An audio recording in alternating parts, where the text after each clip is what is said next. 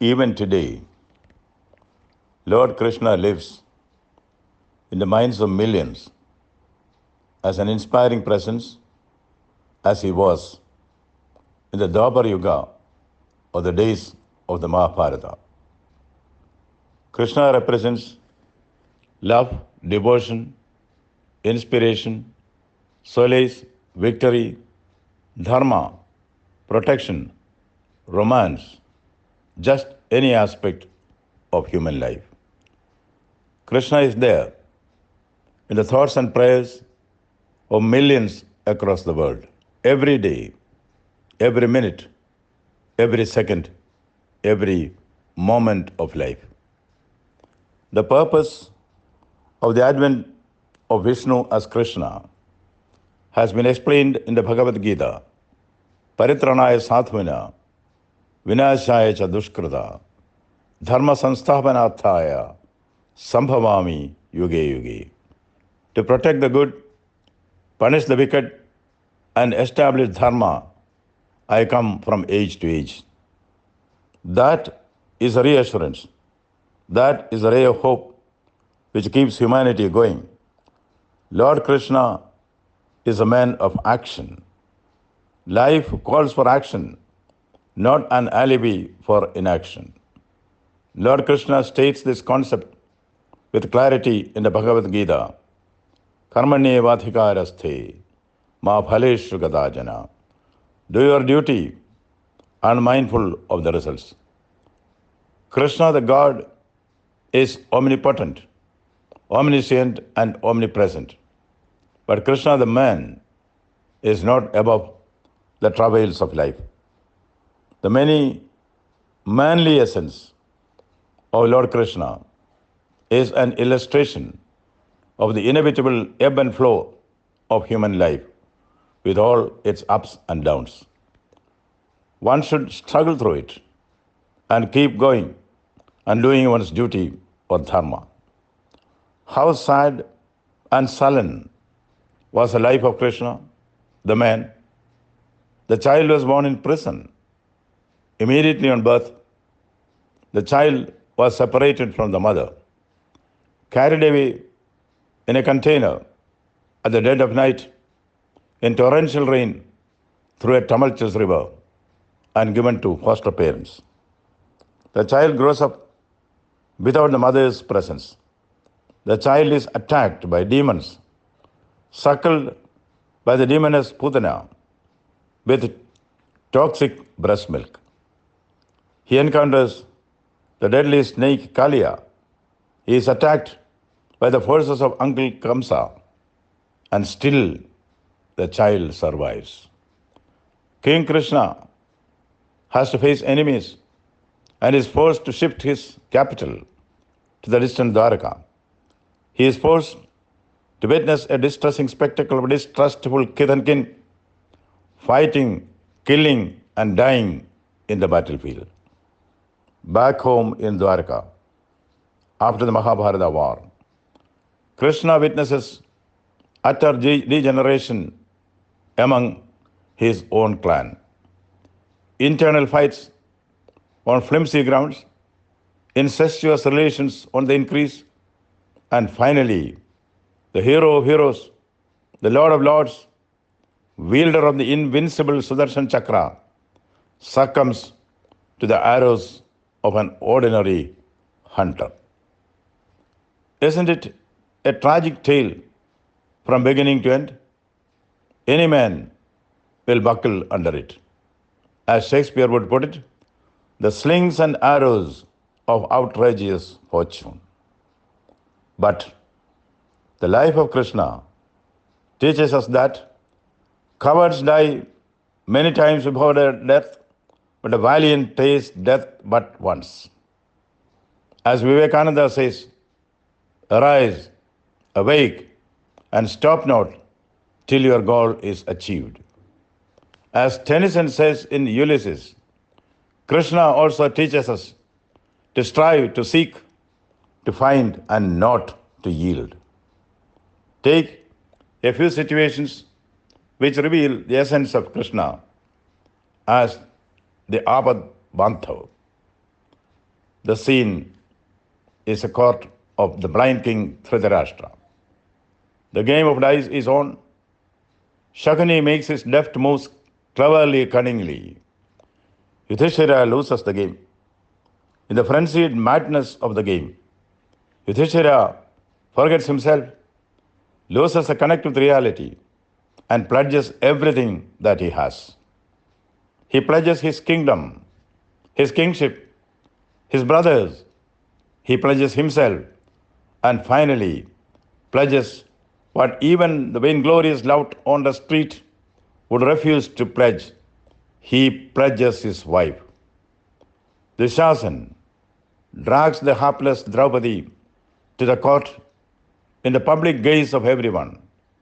Panchali asked a question, in the modern parlance, $1 million question.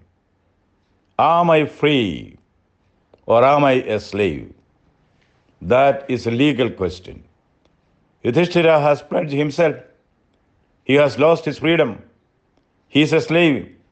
Can a slave pledge a free person? Panchali wants the answer from grandsire Bhishma.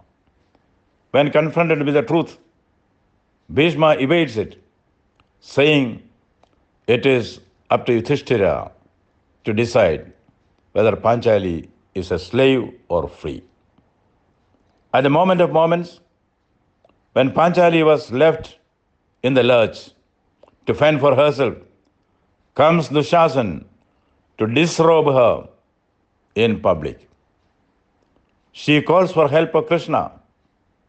As Krishna offers her the timely help, the disrobing goes on and on and on, but Draupadi is not shamed. Krishna is there as a protector, Paritranaya Sadhuvina. Scene number 2, I would like to draw your attention to an episode from the Mahabharata again. That day's battle is over. Arjuna comes to his tent, temporary palace built in the battlefield. Krishna is a charioteer.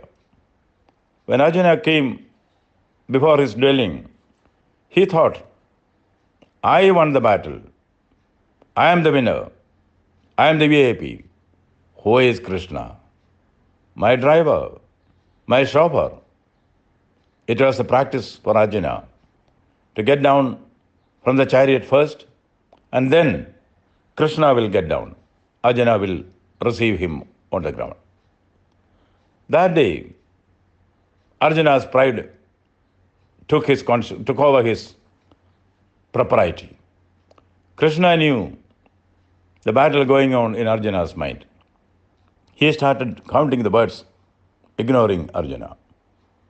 Arjuna reluctantly gets out of the chariot.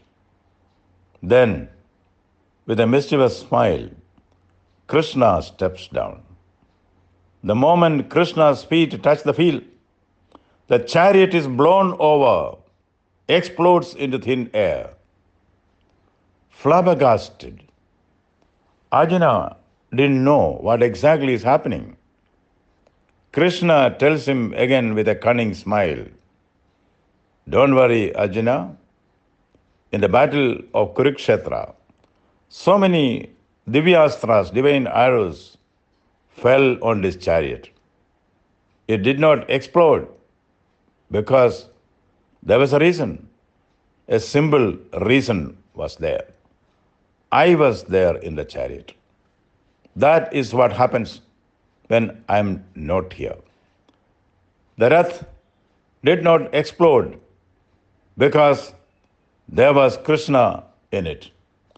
If the Rath of our daily life does not explode, it is because we have Krishna as a charioteer in our mind. Again, in the Mahabharata, there is this scene. Arjuna has taken a vow that he will liquidate Jayadratha before sunset in that day's battle. Raging battle takes place. The sun sets. Jayadratha is not killed. Arjuna sits in his chariot at his wits' end. Jayadratha is jubilant. With a whiff of Krishna's finger, the sun has again risen. Krishna indicates to Arjuna, the sun is above you, the weapon is with you, the enemy is in front of you. Act, Arjuna, act. India is ready to act. The sun is above us, our heritage. The weapon is with us, people's power. The enemy is in front of us, problems of a growing nation. India has to act decisively. India is ready to act for humanity. Krishna came and Krishna went. But Krishna goes on forever. Like Draupadi, all the hapless women who undergo atrocities fervently ask the question, where are you, Krishna? When the wily Shakanis play the game of political dice and send democracy to the jungles, people ask, where are you, Krishna? When public morality is burned in the Arakilam, house of incense, people ask, Krishna, where are you? When the wicked occupy the throne and the Pandavas are sent to exile, people ask, Krishna, where are you? Krishna lives in the hearts and minds of the devout millions as a ray of hope, the leaning tower, the armor and the shield. Krishna, the celestial truant. Krishna, the unfading presence. Krishna is one. Krishna is many. Krishna is mine. Krishna is yours. Krishna is for all. Om Krishnaya Vasudevaya Devaki Nandanaya Nandagopa Kumaraya Govindaya Namo Namaha. Om Shanti Shanti Shanti.